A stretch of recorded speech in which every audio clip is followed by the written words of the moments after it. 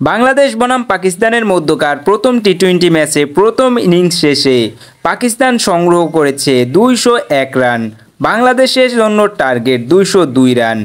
পাকিস্তানের হয়ে রান পেয়েছেন মোহাম্মদ হারিস 18 বলে 31। সালমান আলী আগা রান পেয়েছে 34 বলে 56। মোহাম্মদ নওয়াজ রান পেয়েছে 22 বলে 44। শাদাব খান রান করেছে 25 বলে 48। মাহাদি হাসান 4 ওভার বল করে রান দিয়েছে 36টি, উইকেট নিয়েছে 1টি।